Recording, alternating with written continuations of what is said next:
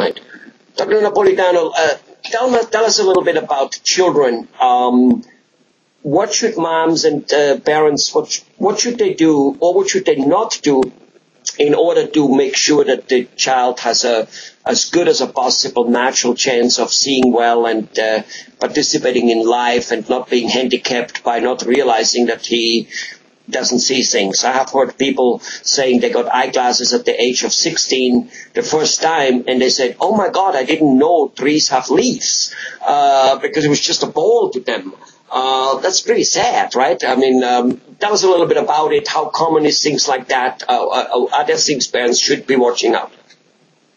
It's very sad, actually, and I see it on a regular basis, even in my office. Unfortunately, when you're a parent, you have a child, the child starts walking, you can see whether that child is walking properly, and you can correct it. You can teach your child, okay, this is how you need to walk. If they're talking, you could tell whether or not they have a speech problem because you can hear them. You cannot see what they see. Okay, and a lot of times the child has no idea that, like you said before, it has no idea that what they're seeing is not correct, that it's blurry, because they don't know how their mom and their dad sees. So the best thing you can do for your child is to bring them in and have an eye exam at least before they start first grade. Okay, if you look at the Optometric Association, the American Optometric Association, they will tell you that the first recommended eye exam for a child should be at 9 months of age, okay? But definitely before they start school, they should have an eye exam from an eye doctor, because a lot of times the screening that they get in school or the screening that they get at the pediatrician, it's just not enough. It just does not pick up things that we would during a comprehensive eye exam. Okay, I also do vision screening, and what I check at the vision screening is how the child sees at distance. Okay, but there is so much more to vision than just having that 20/20 number.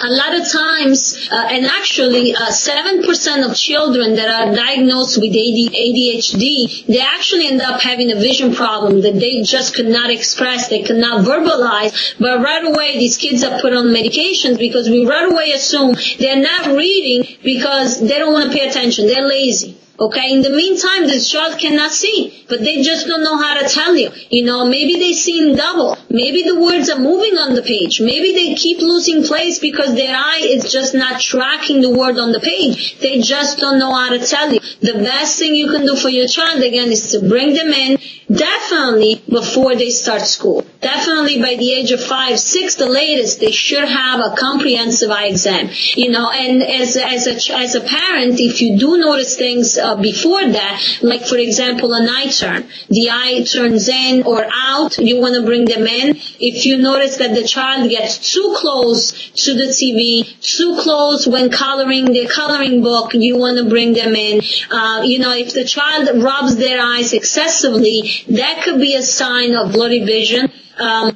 You want to bring them in. So you want to pay attention to all these small things. But even if you don't notice anything, even if you ask your child, can you see clear? And they tell you yes, you still want to bring them in because there is so much more to the eyes, to vision, than just seeing that 20/20 line. So it's very important.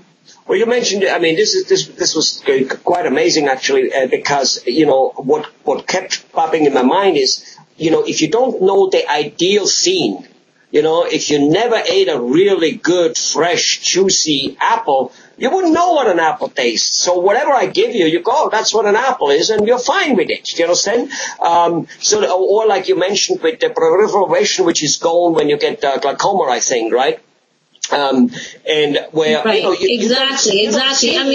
So you don't know that you don't see it because you think this is normal. So a child seeing the letters on the blackboard, I don't know if school teachers still do blackboard stuff, but anyway, and it sees it a little fuzzy, and because of it becomes slow. Because I remember one time with my wife, in fact, I think it was probably the only time I was with my wife in a bank, but there I was, and I filled out some paper, and the girl hands me the little slip, and I look at it, and I couldn't fill it out. So I pushed it back to the girl and said, can you please fill it out for me? I'll tell you what it is. And, on the way out, my wife said, what's the matter with you? I mean, you acted a little stupid. I said, honey, I couldn't see that thing. Well, she says, why don't you say something? I go, say something? I was more shocked than anything else. I didn't know what was going on. Now, anyway, I even had, and that is when you have a point to go by. I could realize that at one point I saw it and all of a sudden I didn't. But a child who never really sees doesn't know something is wrong. I think what you just said is very important, and and you doctors will see it, that something is going on here and then can fix it. I mean, I have patients sometimes they come in. My first question is, how's your vision? And they say, my vision is great, my vision is good. Then I'll put their chart on and they can only read the big letter. That's not great vision. That's very poor vision. They do not know the difference. They do not know how they're supposed to see. Right. Just like a colorblind person will never know he's colorblind if somebody doesn't tell him. Right? Exactly. Right. Okay. Right. And a lot of times, we have a child where one eye sees perfect, and I can see anything. So that's what we call like lazy eye. And that's another instance where it's very important to intervene at a very early age so that we can stimulate the eye that it's not seen properly. Because, again, the child is not going to tell you, I can see as well my left eye. He's not going to tell you that. Okay? And sometimes at the pediatrician, he doesn't know. And at the pediatrician, if they make the mistake to checking both eyes at the same time versus one at a time, they're never going to find out that this child cannot see with the left eye or the right eye. So it's very important to bring them in, intervene at an early age where the brain is still flexible, can still absorb new information. It's extremely important. I mean, it's just horrible to think that your child might be put on medication or otherwise is considered a little funny, a little dumb, a little whatever, simply because he or she didn't quite see the way he should and does look and act clumsy. Yeah.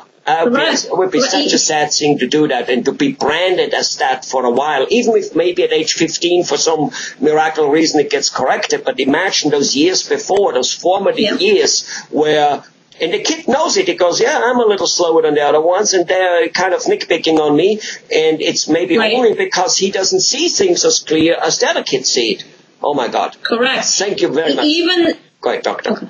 I'm sorry, even playing sports, you might have a kid who, you have the father who wants them to play baseball or hockey, and this kid is just not performing as well as they want to. They're not able to catch that ball.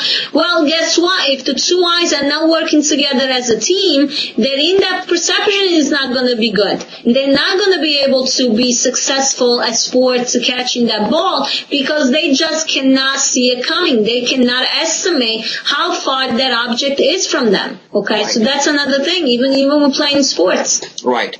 Yeah, as I said, look clumsy, look somehow stupid, look not active, and most likely, if those type of things are going on to whatever little degree, it is not unreasonable to assume that child will become socially less active, will be a little bit more withdrawn because, we all do that in an area where we are not so good. Well, we don't go there. You know what I mean? Definitely, absolutely. Yeah. Thank you very much, Dr. Napolitano. You're welcome.